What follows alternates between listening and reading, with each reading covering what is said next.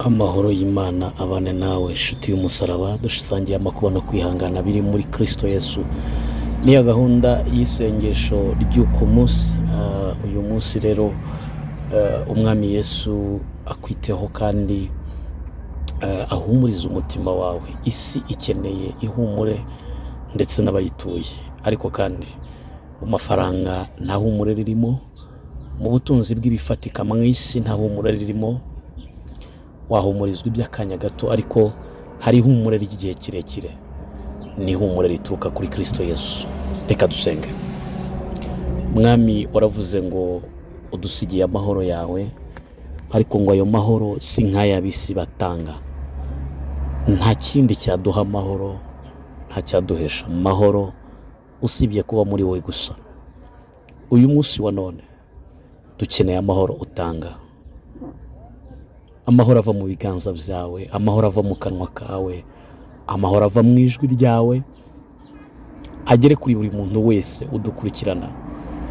Ndagusengeye aho uri hose ngo Imana iguhe amahoro, iguhesha amahoro aho utuye, itume wakira amahoro aho ukorera. Mu izina rya Yesu, imbaraga zituma ubunza imitima ndazirukanye ku buzima bwawe. Ndasenya imyambi y'umubi ku buzima bwawe. Ibitavuga Kristo ndabyamaganye ku buzima bwawe. Menaguye ibicaniro n'ibirindiro bya Bali ku buzima bwawe. Mvunaguye imyambi y'umubi yatuma utakira amahoro ku buzima bwawe. Yesu, girira neza abana bawe. Uri Imana y'ineza, uri Imana y'urukundo, uri Imana y'imirimo n'ibitangaza. Izina ryawe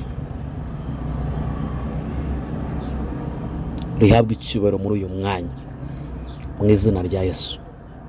Imigambi ya Satani yo kutwambura amahoro, imigambi y'imyuka itwambura amahoro, iyo migambi niburizwe mu kubw'ijambo rya Kristo.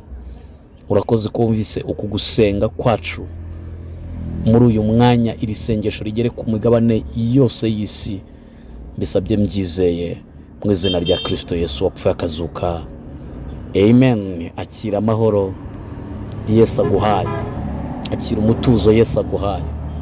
Byinshi waciyemo ntibyaguhaye umutuzo, ntibyaguhaye ibyishimo n'umunezero, ariko kandi nanone ndagira ngo nkumenyeshe ko uhawe amahoro avuye mu Mana.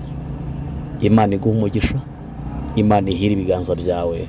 Nkwifurije umugisha uturuka ahera, mu izina rya Yesu. Amen.